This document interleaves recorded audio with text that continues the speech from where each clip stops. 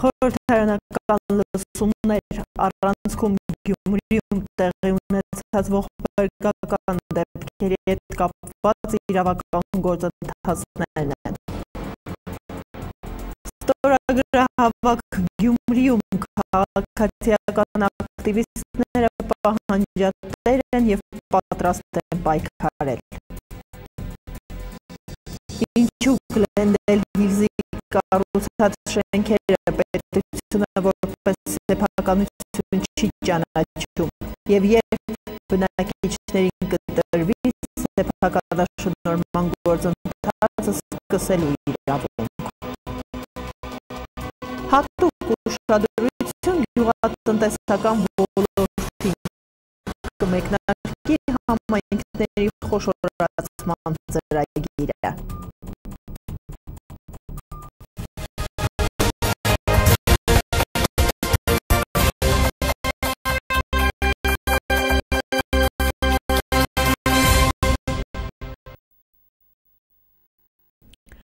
Օրվա տեղեկատվությամբ եթերում ազդարար լրատվականն է, բարև ձեզ։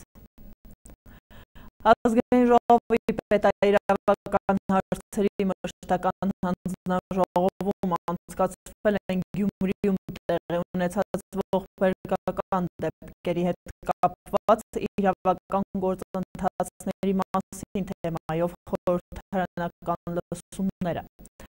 Պատգամավորների հարցերին պատասխանել է Հայաստանի Հանրապետության գլխավոր դատախազ Գևորգ Կոստանյանը։ Կոստանյանը նախաբանում խնդրել է խոսել իրավական ընթացակարգով և զգացմունքայնությանը չտրվել։ Բոլորիս նպատակը նույնն է, բայց մենք իրավական ընթացակարգով պետք է հարցը կարգավորենք։ Կարող եք քաղաքական տարբեր հարցեր բարձրացնել, բայց առաջարկում եմ առաջին հարթություն չբերել զգայական հարցերը։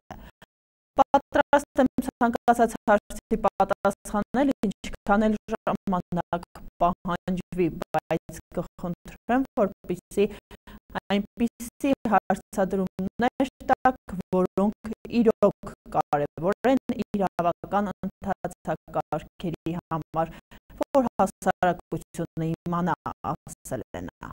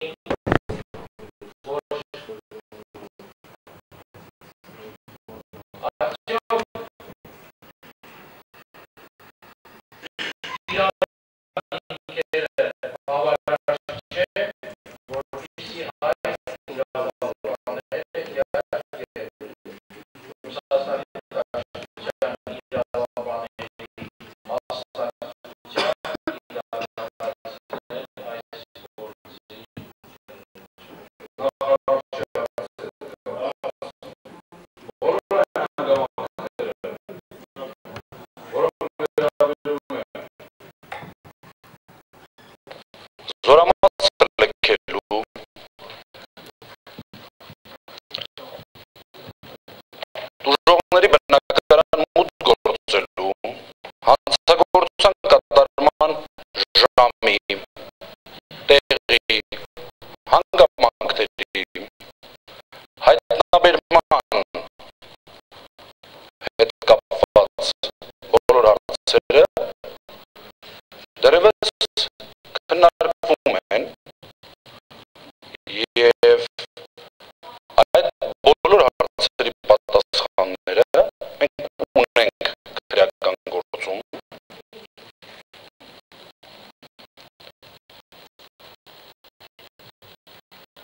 եւ այն հանգամանքը թե ով առաջինը նկատեց զորամասը լքելու փաստը, ով հայտնեց Հայաստանի Հանրապետության իրավապահ մարմինների եւ ինչ ընթացակարգով իրականացավ եւս կարգավորված է ըստ էության մեր պայմանագրով համապատասխանաբար եւ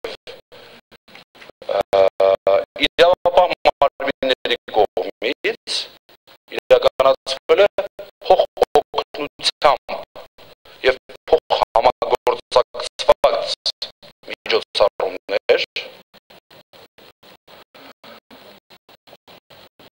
հանցագործին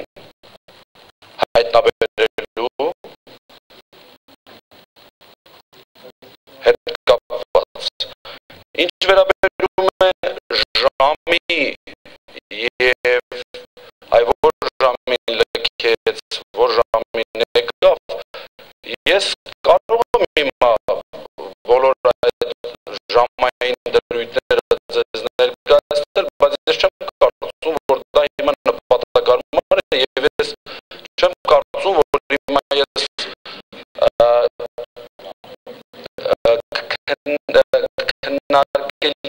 քննարկելի առարկա դարձնեմ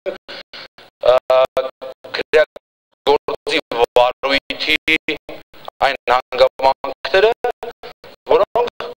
դեռևս քննությամբ ուլում են։ Այսինքն ես կարող եմ ասել այն հանգամանքները, որոնք այս պահին հայտնի են, բայց ես չեմ կարող դա հիմա բարձրաձայն ասել, նկատի ունենալով, որ դրանք բոլորը դեռևս քննությամբ ուլում են եւ ստուգման եւ վերստուգման կարիք դեռևս ունեն։ Հետևաբար ես ձեռնպահ կմնամ բանունականի հետ մասին այս փուլում խոսելուց։ Ինչ վերաբերում է այդ ուժող ընտանիքի հետ որևէ նախկինում կապվածության կամ միջնորդավորված կամ ուղղակի կապի հետ կապված այս հանգամանքները եւս մենք քննարկման առարկա պետք է դարձնենք եւ դարձնում ենք, որովհետեւ քրեական գործի քննության շրջանակներում բնականաբար ստուգվում են մի շարք վարկածներ եւ այդ վարկածների ստուգման ուղղությամբ քննարկման առարկա է դարձնում թե նախքին կապը որևէ այլ երկրում հնարավոր կապի մասին է խոսքը, թե հենց Գյումրիում նրանց հնարավոր առնչության կամ միջնորդավորված կամ ուղղակի առնչության մասին։ Այս բոլորը ստուգման փուլում են եւ որևէ բան, որը ես հիմա կասեմ, դա չի կարող վերջնական որպես փաստարկ հնչել, վերջնական հանգամանք դրսևորվել, քանի դեռ այդ հանգամանքները ստուգման փուլում են բանունակի։ Ինչ վերաբերում է հաջորդ հարցին, արդյոք գլխավոր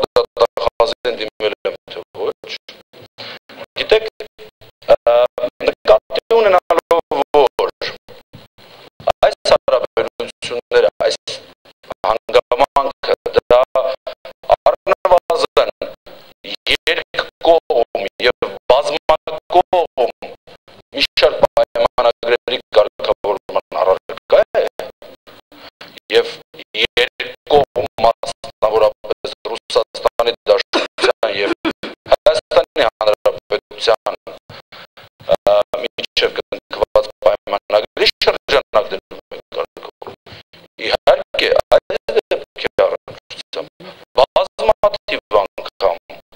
եւ ես որպես գլխավոր խազ եմ դիմել ներկայացրել ենք բազմաթիվ միջնորդություններ թե Հայաստանի Հանրապետության դատախազության թե քննչական կոմիտեի, այսինքն ամբողջ իրավապահ բլոկը յուրաքանչյուրն իր մասով իր լիազորությունների իրականացման սահմաններում իհարկե փոխադարձ կապերի մեջ են, միջնորդություններ են ներկայացվում,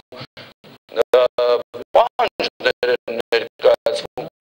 փոխադարձ գործողություններ իրականացնելու սահմաններն են հստակեցվում եւ այդ փոխօգնությունը, որը որ տեղի է ունենում եւ տեղի է ունենալու, իհարկե դա որպես կանոն դա պետք է իրականացվի եւ իրականացվում է զուտ դիմելու փաստի հետ կապված ես հասկանում եմ որ մանավանդ շատ է քննարկման կդառնում այ ուղիղ գլխավոր դատախազին դիմել չէ ես այո խոստացել եմ որ պետք է դիմեմ եւ ոչ միայն որպես խոստում այլ դա իմ պարտականությունն է այսինքն պայմանագրով այդ նույն պայմանագրով հստակ սահմանված են այն հարցերը այն շրջանակները հարցերի որոնց կապակցությամբ ես պետք է դիմեմ Ռուսաստանի գլխավոր դատախազին որի կապակցությամբ Ռուսաստանի գլխավոր դատախազը պետք է դիմի Հայաստանի գլխավոր դատախազին եւ այդպես եւ ես իհարկե ես պարտավոր եմ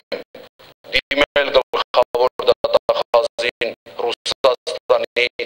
նման պահանջով եւ դա իմ պարտականությունն է եւ իհարկե դա կատարելու եմ բայց միաժամանակ ես արդեն ասացի դիմումները կամ դիմել կամ միջնորդություններ ներկայացնել դրանք ինքնանպատակ չեն եւ չեն կարող լինել դրանք իրականացվում են համապատասխան փուլում համապատասխան քննության արդյունքում եւ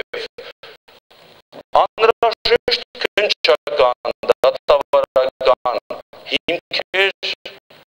ձեռք բերելու գործողություններ կատարելու արդյունքում հիմքերի արկայության դեպքում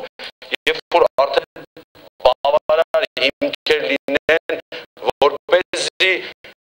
դու դիմես ընդ որում ոչ թե ֆորմալ դիմելու մասին է խոսքը այլ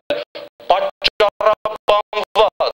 հիմնավորված դիմում եւ պահանջ ներկայացնես իհարկե դիմելու եմ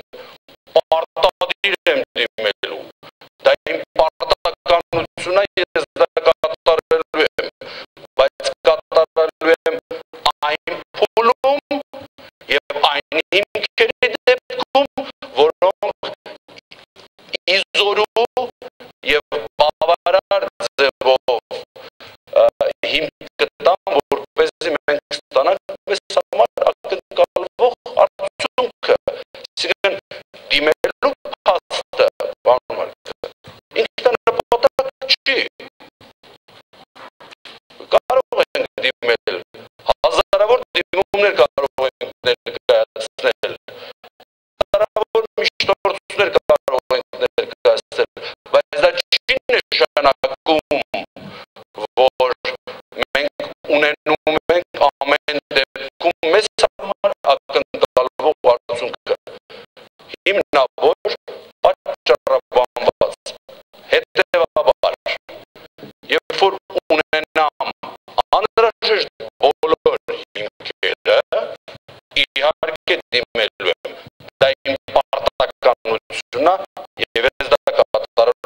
անկախ ամեն ինչից։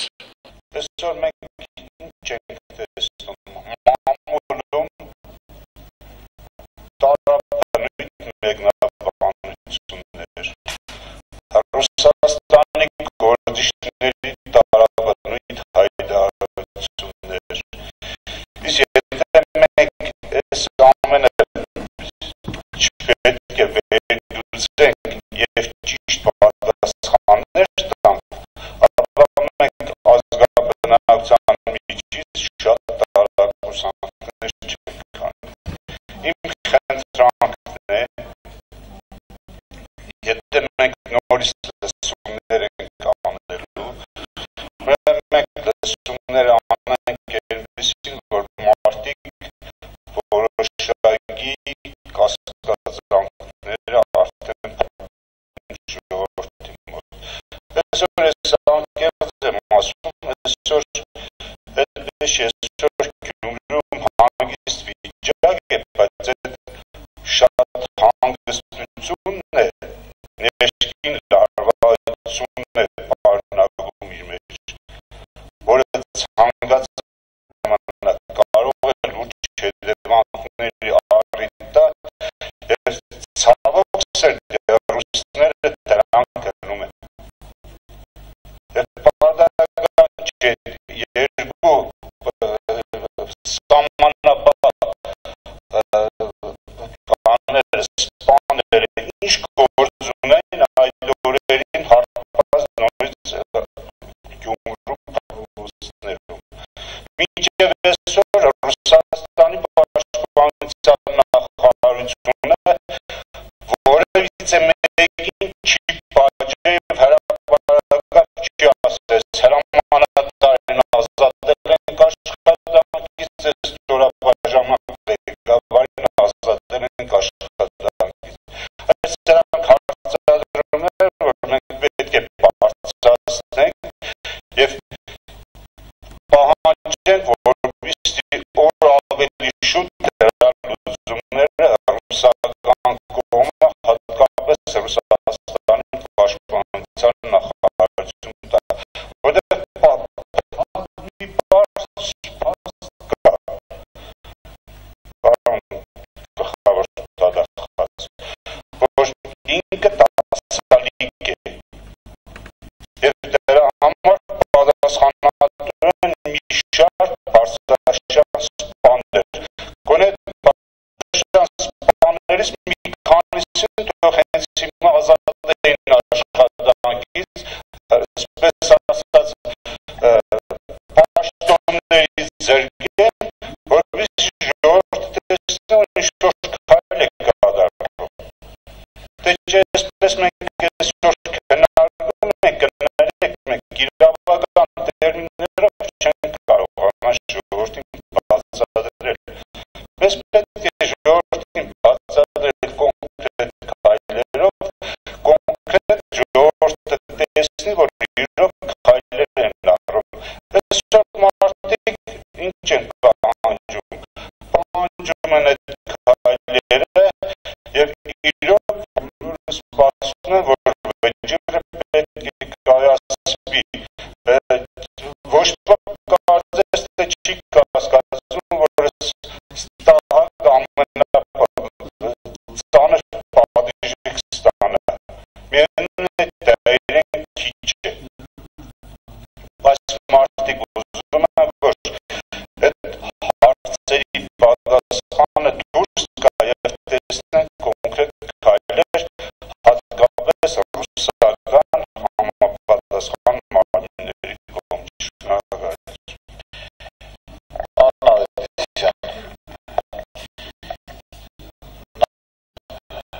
Ես որպես հանձնաժողովի ղեկավար մի փոքր անդրադառնամ ձեր հարցադրումներին։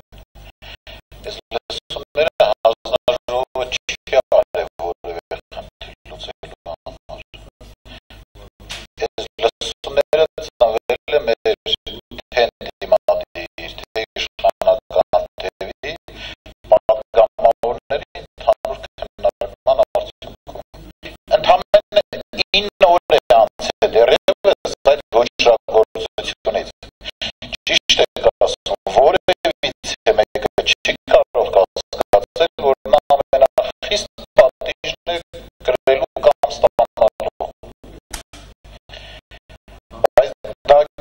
ուժեցիների մեծ ամբողջ հայաստարակությանը բավարար չէ։ Մեզ հետաքրքիր է անձամբ ինձ որպես հայ մարդ, որպես պատգամավոր, հետաքրքիր է ինչպես եւ ինչու տեղի ունեցավ այս հանցագործությունը։ Սա է մեր բոլորի գերխնդիրը եւ գերնպատակը։ Սրա այս է մեր լսումների հիմքում դրված։ Պարոն Կոստանյան, մի այսպիսի հարցադրում, երբ որ մեր քննչական խումբը քննչական գործունեություն իրականացին հարցակրում է Կասկադյալին Ռուսաստանի այդ բազայի տարածքում։ Հարցակրության ընթացքում միայն մեր քննիչներն են մասնակցում, թե նաև ռուսական կողմի քննիչներ կան եւ այդ հարցակրության արձանագրությունները տրվում են ռուսական կողմին, թե ոչ, որտեղ կարող այդ տարածքը նաև ձայնագրվել եւ մեր կամքին հակառակ իրենց մոտ հայտնվել եւ պարոն Սահակյանը շատ լավ հնչեցրեց հարցադրումը, որ ինչու եւ ինչպես տեղ ունեցավ, բնականաբար, բայց այսօր մենք այդ իրավաբանական ձևակերպումների տիրույթում եւ նախաքննության գաղտնիության հետ կապված այդ հարցերի պատասխանը այսօր ոնց որ թե չենք կարող ստանալ։ Շնորհակալություն։ Շնորհակալ եմ։ Նախ Հայաստանի Հանրապետության քննչական կոմիտեի մեջ երբ որ իրականացնում է հարցաքննություն, այդ հարցաքննությունը իրականացնում է Հայաստանի Հանրապետության քրեական դատավարությամբ սահմանված կարգով, որը հստակ սահմանում է ով իրավունք ունի գտնվել հարցաքննության ժամանակ, ով ոչ։ Այսինքն այդ առումով մենք որևէ խնդիր չունենք եւ քննիչը իրականացնում է հարցաքննությունը առավելագույնս փաստաբանի վերջինիս փաստաբանի ներկայությամբ եւ մասնակցությամբ։ Երկրորդը, արդյոք այդ հարցաքննությունները պետք է իսկական արձանագրությունները պետք է փոխանցվեն, թե չէ։ Նկատի ունենալով, որ երկու կողմերն, այսինքն երկու իրավապահ համակարգերն համապատասխան քրեական գործեր հարուցել են, հետո այդ դրա համար մենք քննարկելու ենք այդ վարույթների փոխանցման հարցը, վարույթի փոխանցման հարցը նաև ենթադրում է, որ նրանց ձեռք բերված ապացույցները մեզ հասու լինելու եւ մեր ձեռք բերված ապացույցները իրենց հասու լինելու բոլոր հնարավորությունները։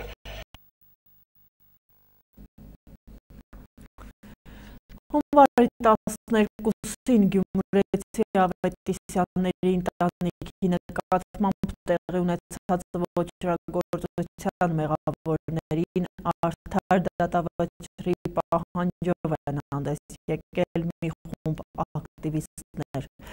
Նրանք առաջարկում են սկսել ստորագրահավաք պահանջագիր ուղղված Հայաստանի Հանրապետության նախագահին եւ ազգային ժողովին։ Հրավիրված մամուլասուլիսին ակտիվիստները ներկայացրել են իրենց պահանջները։ Քաղաքացիական ակտիվիստների խմբի ներկայացուցիչները մինչ մամուլասուլիսի մեկնարկը մեկ րոպե լռությամբ փառկեցին Ավետիսյանների ընտանիքի հիշատակը։ Ինչպես նշեցին խմբի ներկայացուցիչները, Գյումրիում Ավետիսյանների Գերդաստանի սահմռկեցուցիչ սպանությունն առաջ է բերել նաև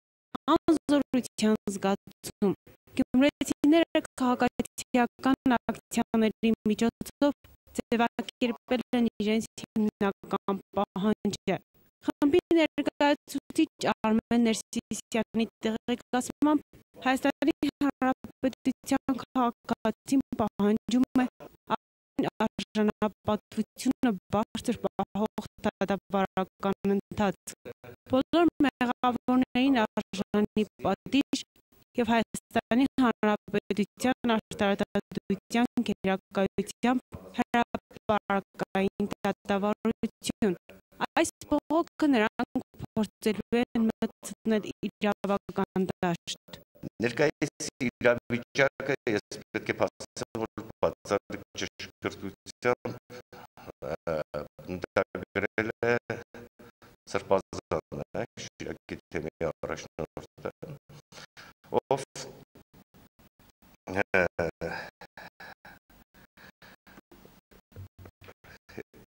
ձևակերպելով այսօր տեղի ունեցող իրավիճակը հետևյալ կերպ է ընդգրկել։ Գյումրին այսօր խաղաղ ու հանդարտ է սգում իր վիշտը, բայց գյումրեցիները միաժամանակ արժանապատիվ են և պահանջատեր են։ Այս ամենը գիտակցելով մենք վերահաստատում ենք, որ մենք պահանջատեր ենք հասարակական ակտիվի կողմից, գեներացնելով հասարակության մեջ առկա տպավորությունները, տրամադրությունները, կարծիքները, մենք որոշեցինք այս պահի համար նախաձեռնել համաքաղաքային պահանջագիր ստորագրահավ։ Ակտիվիստները համոզված են, որ գյումրեցիները պահանջատեր են և պայքարելու են մինչև վերջ։ Ակցիաների միջոցով երբ որ պահանջը ձևավորվեց և որ հստակ դարձավ, որ գյումրեցին չի լռելու այս հարցը և կուլ չի տալու այս ամբողջը, արձագանքը ոչ միայն մեր տեղի իշխանություններից, այլ առաջիններս նկատեցինք ռուսական ԶԼՄ-ների, ռուսական այդ տոնայնությունը փոխվեց ռուսական տրամադրությունների մեջ և փոխվեց նաև մեր կենտրոնական իշխանությունների կողմից։ Հաշվի առնելով նաև հայ-ռուսական ռազմավարական համագործակցությունը, Ռուսաստանի Դաշնությունում 2.5 միլիոն հայերի առկայությունը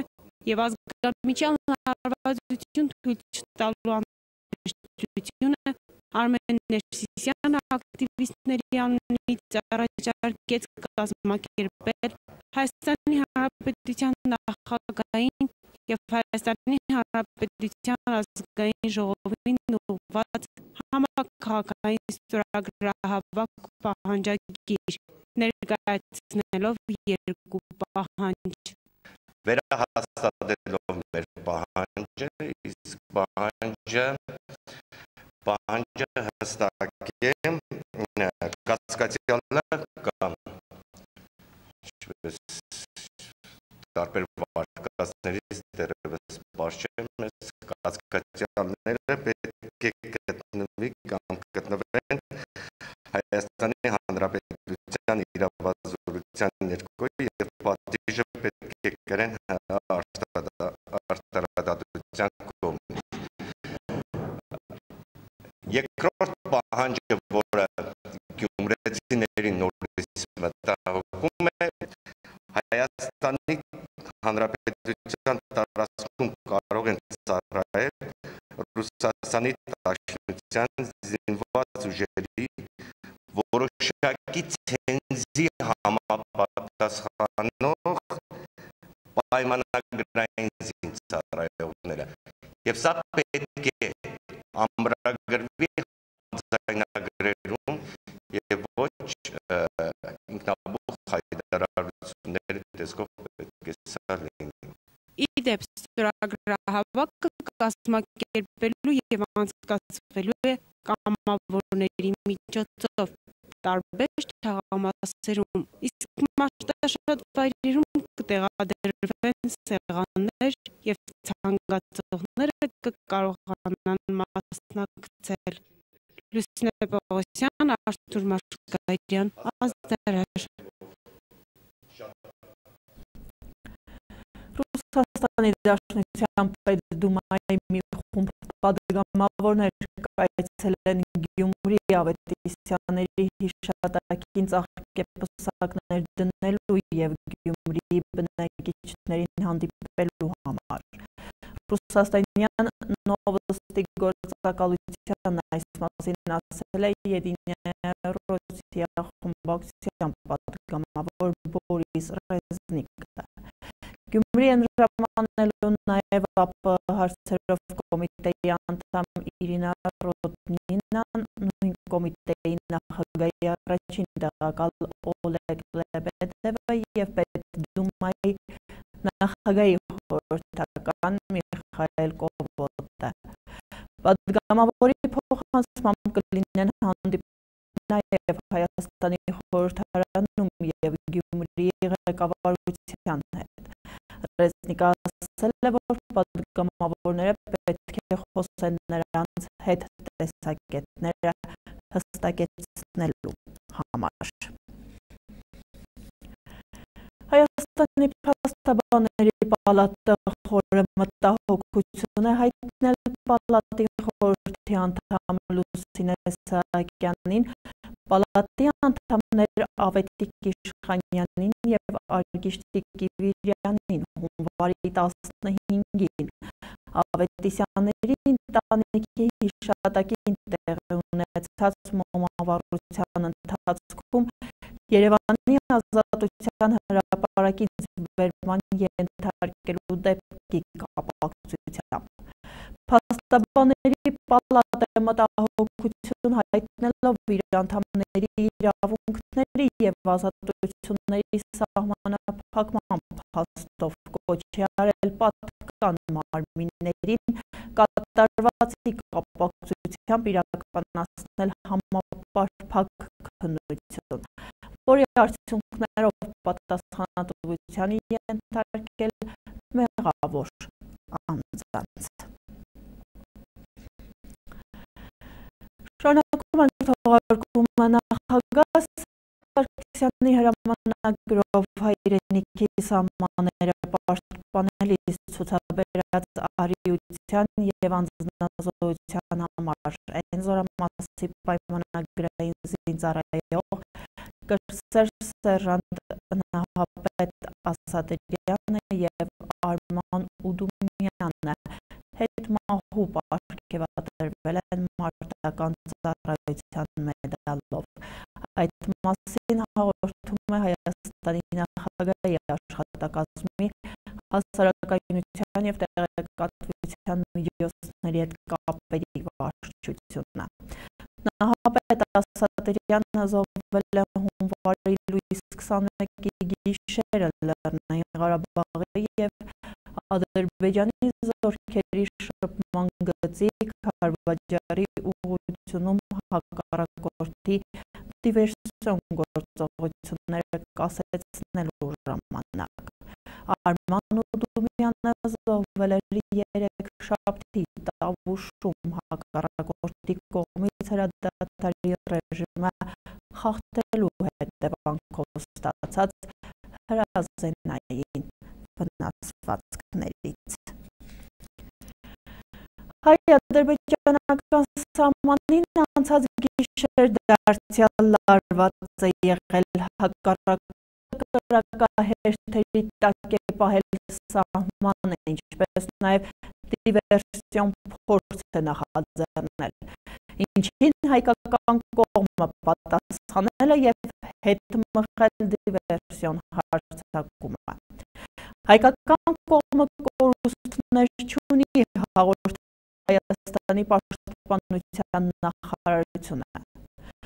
Դեռ նախորդ տարեվերջից սահմանին տիրող լարվածությունը պահպանման միտում ունի։ Ազատության հետ զրույցում ասել է պաշտպանության նախարար Սեյրան Օհանյանը։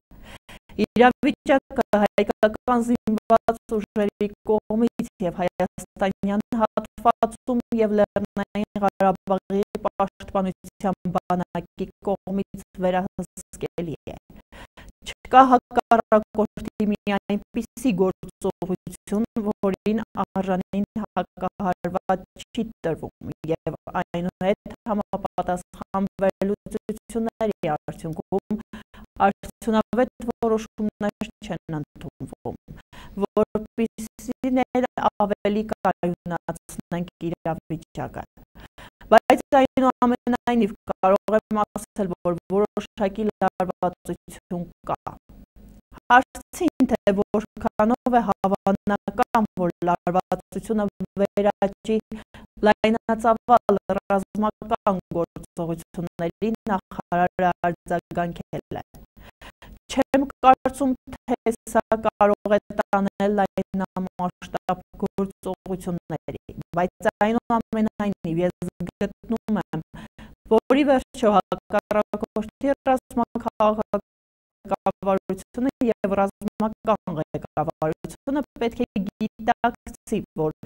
այս խնդրի լուծման ռազմական ճանապարհը իրական ճանապարհը չէ։ Տարեսկզբից ադրբեջանական զինուժի դիվերսիոն հետախուզական ներթափանցման փորձերի հետևանքով հայկական կողմը արդեն 9 զոհ ունի, 8 զինծառայող եւ 80-ամյա Հովիվ Սերժ Սարգսյանը։ Ադրբեջանական կողմը մինչդեռ իր կորուստների մասին ոչ միշտ է հայտարարում։ Դոնեցկի Սերգեյ Պրոկոֆիևի անունը կրող օդանավակայանի համար 2014 թվականի մայիսի 26-ից շարունակվող ճակատամարտը ավարտված է։ Անցած գիշեր ուկրաինական բանակի վերջին ստորաբաժանումը լքեց կատաղի մարտերի արդյունքում հիմնահատակ ավերված տրանսպորտային այս հանգույցում զբաղեցրած վերջին հենակետը ընդամենը 3 տարի առաջ շահագործման հանձնված որատար նոր տերմինալը։ Ուկրաինայի պաշտպանության նախարարության խոսնակ Վլադիսլավ Սելեզնյովը հայտարարել է, որ տեղի ունեցածը պլանային նահանջ էր։ Երեկոյան որոշում կայացվեց դուրս գալ տերմինալի տարածքից եւ նոր դիրքեր զբաղեցնել։ Գործողության ընթացքում ուկրաինական զինված ուժերի 16 զինծառայող գերեվարվել են։ Այժմ բանակցություններ են ընթանում նրանց ազատ արձակման շուրջ, նշել է ռազմական գերատեսչության խոսնակը։ Ռուսական աղբյուրների փոխանցմամբ Դոնեցկի ինքնահռչակ հանրապետության ստորաբաժանումները այսօր առավոտյան սկսել են Դոնեցկի օդանավակայանի փլատակների ականազերծումը։ Օդանավակայանի անկումից մի քանի ժամ անց իրադրությունը սրվել է Դոնեցկի կենտրոնում, կեսօրին մոտ հուժկու պայթյուն է որոտացել քաղաքի կենտրոնում գտնվող կանգառներից մեկում, առնվազն 6 մարդու մահվան պատճառ դառնալով։ Դոնեցկի հանրապետության պնդում են, որ դա ուկրաինական կողմից իրականացված դիվերսիայի արդյունք էր։ Այլ աղբյուրների համաձայն խաղաղ բնակիչները ականանետային գնդակոծության զոհ են դարձել։ Ուկրաինայի վարչապետ Արսենի Յացենյուկը սակայն համոզմունք է հայտնել, որ ռուսամետ զինյալները իրենք են հրթիռակոծել սեփական հսկողության տակ գտնվող տարածքը։ Ռուսաստանի արտաքին գործերի նախարար Սերգեյ Լավրովն էլ Բեռլինյան բանակցությունների ավարտին անուղղակիորեն երաշխավորել է, որ ապստամբները կկատարեն հանդիպման ընթացքում ձեռք բերված պայմանավորվածությունները։ Դոնեցկի և Լուգանսկի ժողովրդական հանրապետությունների աշխարհազորայինները արդեն իսկ համաձայնել են ծանր տեխնիկայի դուրսբերման այն գրաֆիկին, որը առաջ էր քաշել Ռուսաստանի նախագահը, հայտարարել է Լավրովը։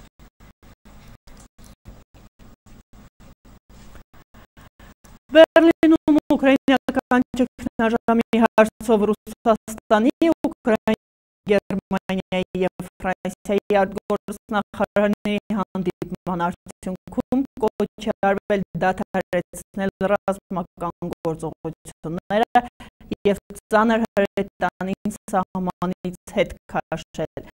Չի ասի, թե բեկում կա այս հարցում, բայց մենք որոշակի առաջընթաց տեսանք, ասել է Գերմանիայի արտգործնախարար Ֆրանկ Վալտեր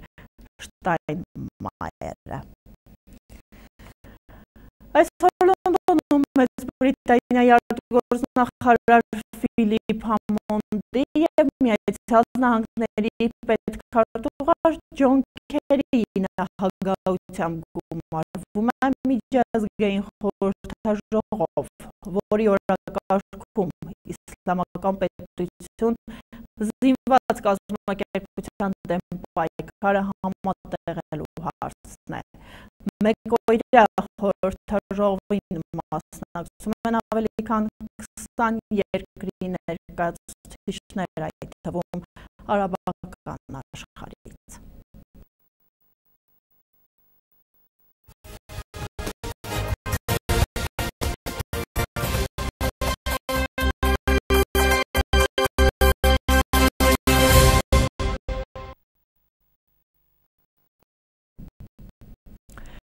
Մյուս թեմաների մասին հունվարի 1-ից Երևանում բացվել է Ճապոնիայի դեսպանությունը։ Դեսպանության գործունեության մեկնարկի կապակցությամբ Հայաստան է ժամանել Ճապոնիայի արտաքին գործերի պետնախարար Մինորու Կյուիչին, ում այսօր ընդունել է նախագահ Սերժ Սարգսյանը և արտգործնախարար Էդվարդ Նալբանդյանը։ Հայկական կողմը կարևորել է Երևանում դեսպանություն հիմնելու Ճապոնիայի կառավարության որոշումը, ինչն առավել կամրապնդի երկու երկրների միջև հարաբերությունների զարգացման դրական դինամիկան։ Պետնախարար Կյուիչին նշել է, որ Ճապոնիան կարևորում է Հայաստանի հետ հարաբերությունների զարգացումը և հենց դրանով է պայմանավորված Երևանում դեսպանություն բացելու որոշումը։ Մինչ այժմ Հայաստանում Ճապոնիայի դեսպանները նշանակվել են համատեղության կարգով, նստավայրը Մոսկվա։ Հայաստանի նախագահի աշխատակազմի հասարակայնության և տեղեկատվության միջոցների հետ կապերի վարչության հապմամբ Մինորու Կյուիչին նաև փոխանցել է Ճապոնիայի կառավարության ցավակցությունները Գյումրիում հունվարի 12-ին տեղի ունեցած ողբերգության կապակցությամբ։ Կառավարությունը այսօրվա նիստում հավանություն է տվել նախկին փոխվարչապետ Արմեն Գևորգյանին ԱՊՀ հարցերի Հայաստանի ազգային համակարգողի պարտականություններից ազատելու և գործող փոխվարչապետ Վաչե Գաբրիելյանին ԱՊՀ հարցերի ազգային համակարգող նշանակելու Հայաստանի նախագահի հրամանագրերի նախագծերին։ Անցած ամիս նախագահի հրամանագրերով Գաբրիելյանը Գևորգյանին փոխարինել է նաև ԱՊՀ տնտեսական խորհրդի անդամի պաշտոնում։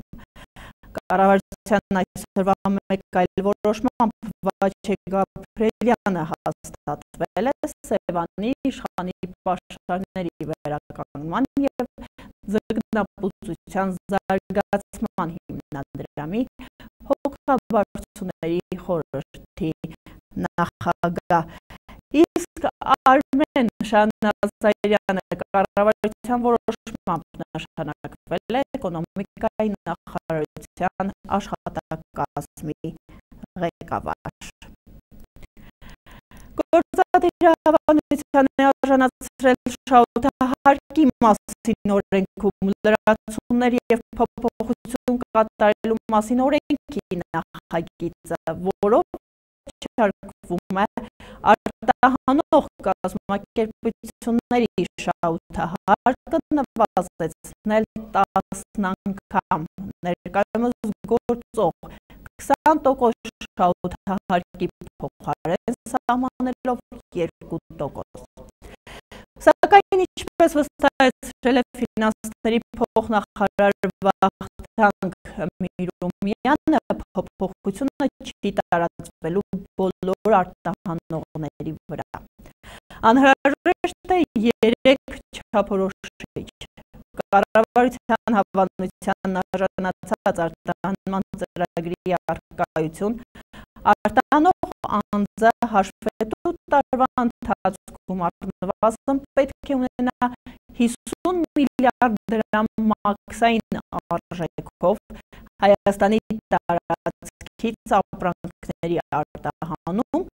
և արտահանող անձը արտահանման գործունեությունից պետք է Հայաստանի ռեզիդենտ բանկերում բացված հաշիվներին մուտքագրի առնվազն 50 միլիարդ դրամին համարժեք արտարժույթ։ Արտահանողը պետք է լինի բացառապես արտահանող, այսինքն այս 2% դրույքաչափ չի վերաբերելու Հայաստանի տարածքում իրականացվող գործունեությունից առաջացող հարկվող շահույթին։ Անցած տարին ոլորտի պատասխանատուները գյուղատնտեսական չեն համարում, սակայն 2015-ին կշարունակվեն այն բոլոր ծրագրերը, որոնք իրագործվել են 2014-ին։ Դիզվառելիք, պարարտանյութ և հացահատիկի սերմացու այս տարի էլ կտրամադրվի գյուղացիներին։ Հունվարի 21-ին կայացած խորհրդակցության ժամանակ վարչապետը հանրապետության մարզային իշխանությունների ներկայացուցիչներին հրահանգել է հետևել և բարձրացնել մարզի յուրաքանչյուր համայնքում առկա խնդիրները, դրանց լուծում տալու նպատակով։ Նախորդ տարի գյուղատնտեսական ոլորտում բանջարաբոստանային մշակաբույսերի և հացահատիկի բերքի բարձր ցուցանիշ կարձանագրեինք, եթե տարվա ընթացքում կարգտահարության չունենայինք, ասում է Շիրակի փոխմարզպետ Հարություն Արշակյանը։ Մարզում եղել են համայնքներ, որտեղ կարգտահարության հասցրած վնասի չափը մինչև 100% է կազմել։ Որոշ հատվածի համար ոչ բարենպաստ էր, որովհետև եթե հաշվենք 39 համայնք այն կառավարությունները չհաշված կրկնակի կարգադահարությունները եւ ռայգի կարգադահարությունները այդ 39 համայնքները բավականին դժվարեցին շուրջ 11,000 հեկտար գյուղատնտեսական ցանկատարություններ դժվարեցին, որոնցից ոմանք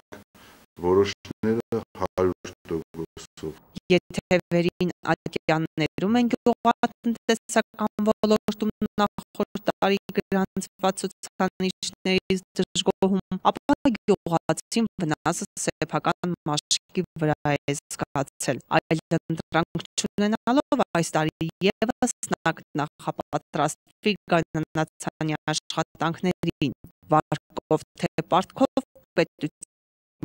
տրամադրվող սերմացուով, դիզվառելիքով ու պարարտանյութով դե առանց դրանց գյուղաբնակը 1-2 ամսից կրկին իր բերդն է շալակելու։ Վարկը կվերցնենք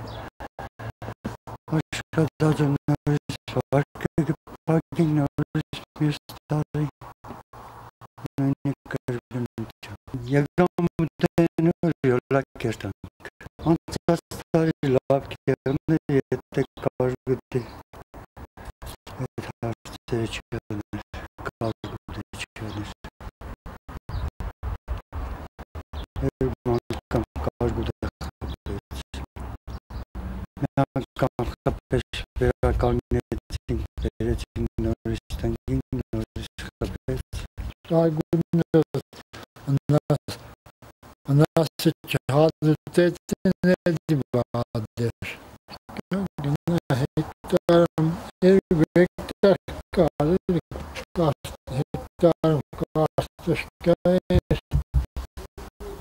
հեկտարում պանջարան պանջարեղն էշտը, կարգուդավիրիտ պելզա։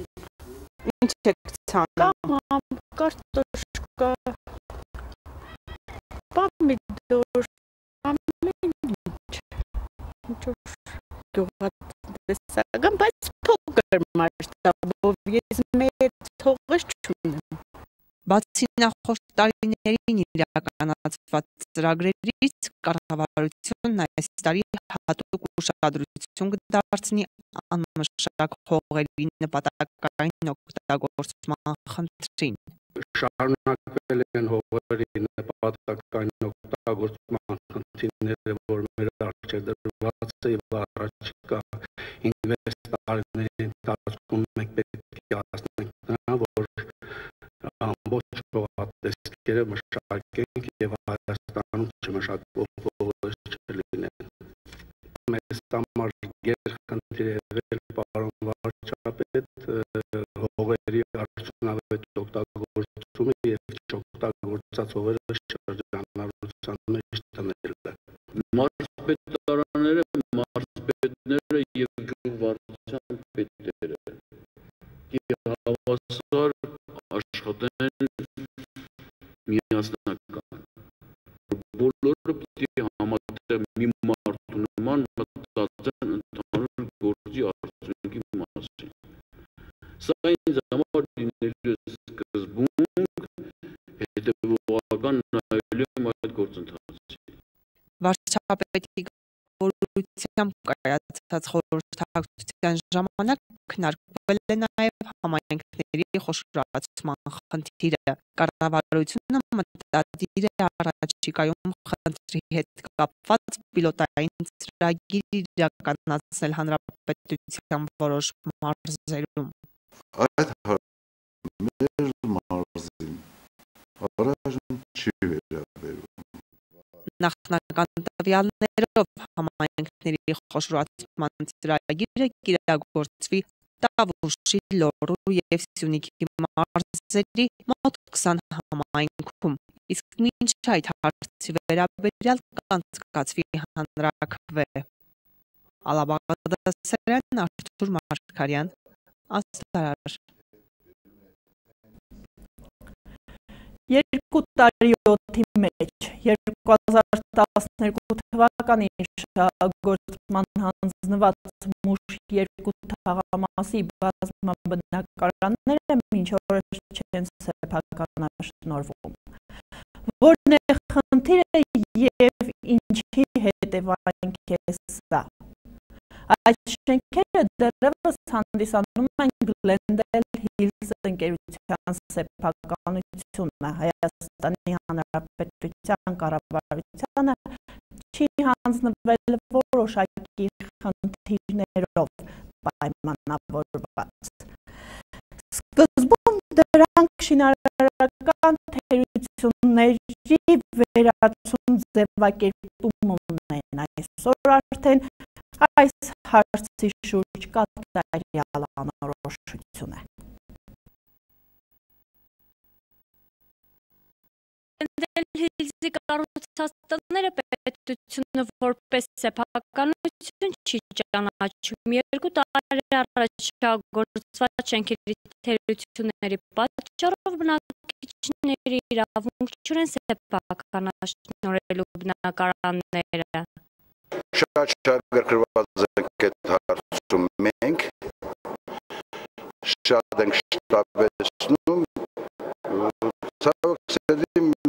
պրոբլեմատիկ մի երկու պահ կա այդ պահ։ Շինարարության ժամանակ մի քիչ շեղումներ եղել են իմաստով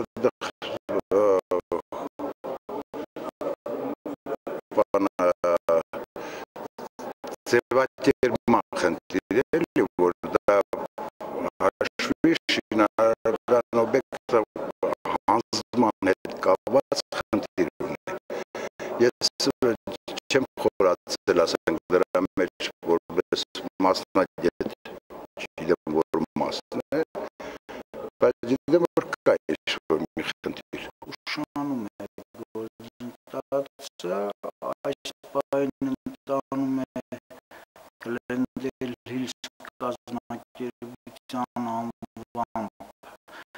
շենքերի բնակարանների անցման գործընթացը կատաստրի պետական կոմիտեի գումրի ստորաբաժանում այդ գրանցման գործընթացը ավարտելուց հետո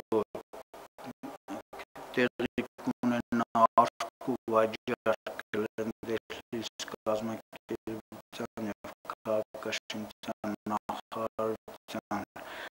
միջև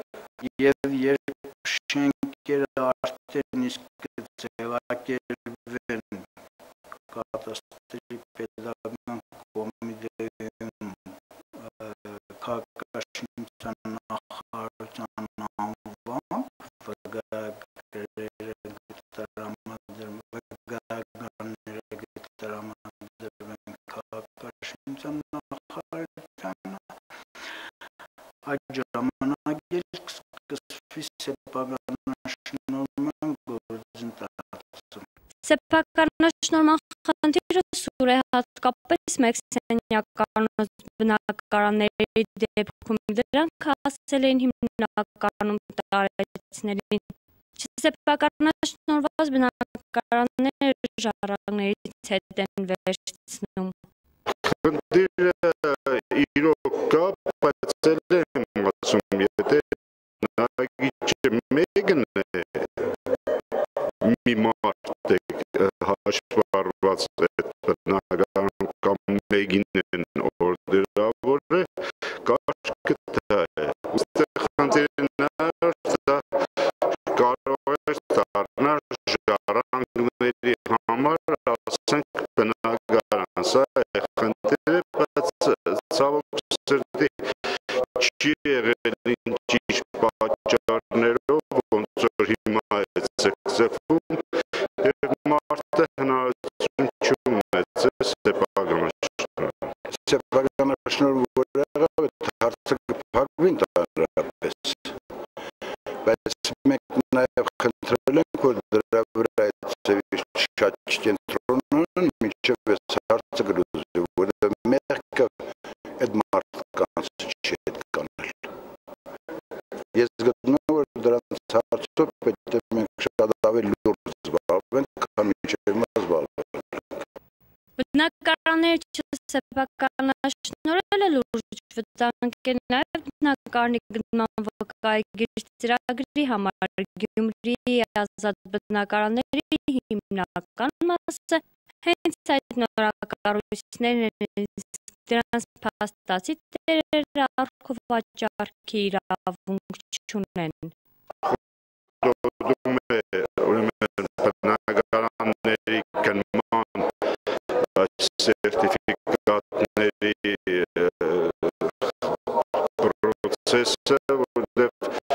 դրա հետ կապված են նոր բնակարանների գնման խնդիրները, տևական ժամանակ է, կա նաև վարչապետի հանձնարարականը բոլոր կառույցներին, որպեսզի հնարավորինս օպերատիվ կարողանան այդ խնդիրներին լուծում տալ։ Ծրագրի շարունակությունը խանգարենք կանով, որ մենք ընդեղ ունենք շատ ազատ բնակարաններ և հիմնական գնումները պետք է կատարվեն այդ թաղամասից։ Շիրակի մարզպետի խոսքով 1756 բնակարանի սեփականաշնորհման փաթեթները ներկայացվել է կադաստրի վերջնական հստակեցումներից հետո պետությունը բնակիչների սեփականաշնորհման իրավունք կտա։ Արմենուհի Մինասյան, Խաչատուր Գևորգյան ազդարար։ Այսօր ժամը 17:30-ի սահմաններում ճանապարհատրանսպորտային պատահար է տեղի ունեցել Գյումրիում։ Անի թաղամասի Սուրբ Հակոբ մզկլունի եկեղեցու դիմաց բախվել են գազել և Միցուբիշի մակնիշների մեքենաները։ Բախման հետևանքով գազելը ըստ ականատեսների շուռ է եկել։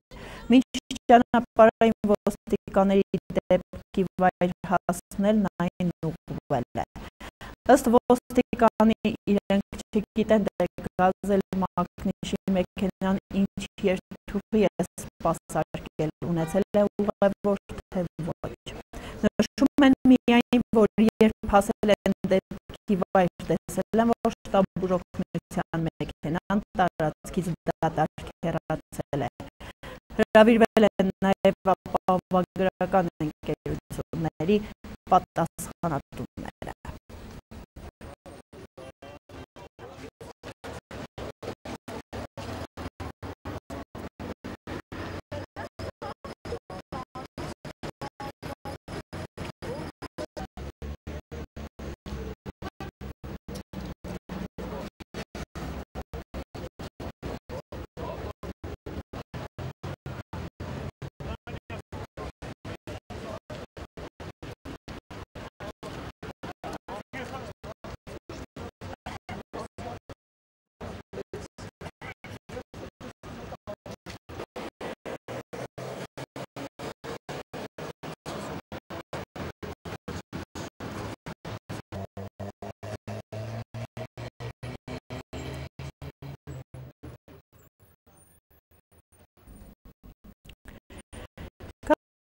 Դեպքերին է այսօր անդրադարձել առողջապահության նախարար Արմեն Մուրադյանը։ Նախարարը վստահեցրել է, որ բժիշկները կպատժվեն, եթե քրեական գործի շրջանակում պարզվի նրանց մեղավորությունը։ Քաջարանում, ինչպես գիտեք, մի քանի հոգի միանգամից վարակվել էր հեպատիտ C-ով։ Քաջարանի բժշկական կենտրոնի հետ կապված բոլոր գործընթացները լինելու են բաց, թափանցիկ, բայց մեկ միջադեպով հնարավոր չէ լուծել ներհիվանդանոցային վարակների հարցը ոչ միայն Հայաստանում, այլև ամբողջ աշխարհում։ 20 օրվա ընթացքում բոլոր խոշոր հիվանդանոցներում ուսումնասիրություններ կարվեն խնդրի առումով, իսկ 2 ամսվա ընթացքում ողջ ցանցում։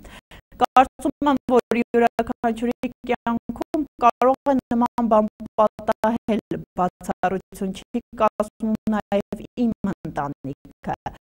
որը ժամանակին հիվանդանոցային ինֆեկցիայի պատճառով ունեցել է լուրջ կորուստ։ Ես գտնում եմ, որ այս հարցը պետք է լինի պարտադիր պահանջ ողջ համակարգում։ Ինչ-ինչ պատճառներով տարբեր հիվանդանոցներում հնարավոր է եղել են խախտումներ, որոնք միանշանակ պետք է բացահայտվեն և պատիժը պետք է լինի անխուսափելի, ասել է առողջապահության նախարարը։ Պատժի չափը որոշի արդեն համապատասխանաբար քրեական գործում համապատասխան գործ ավարտելուց հետո դատարան ներկայացնել հիվանդների առկայությունը դեռ չի նշանակում միանշանակ, որ դա բուժիմնարկի պատճառով բուժիմնարկն է պատճառ հանդիսացել, այդ գործի վերաբերյալ քրեական գործը համոզված եմ, որ այդ բոլոր հարցերը կվերհանի և պատասխանները կներկայացնի և բուժումը կազմակերպելը լինելու է ամենաբարձր մակարդակով, հաշվի առնելով նրանք ոչ միայն այսօր ուշադրության կենտրոնում, այլ ապահովագրված հիվանդներ են և իրանք իրավունք ունեն ստանալու համապատասխանաբար ամենաժամանակակից բուժումը։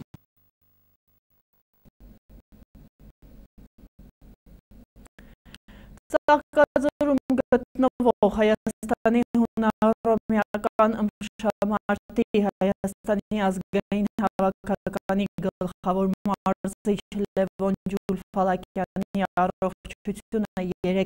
կտրուկ վատացել է։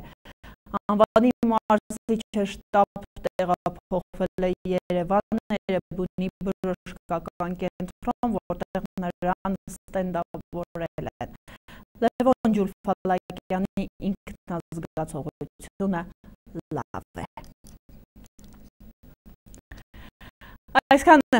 ես ձեզ հրաժեշտ եմ տալիս մաղթելով ամենայն բարիք, իսկ դուք կարող եք ծանոթանալ օրվա մամուլի տեսությանը, տարադրամի փոխառեքին նաև կարող եք հետևել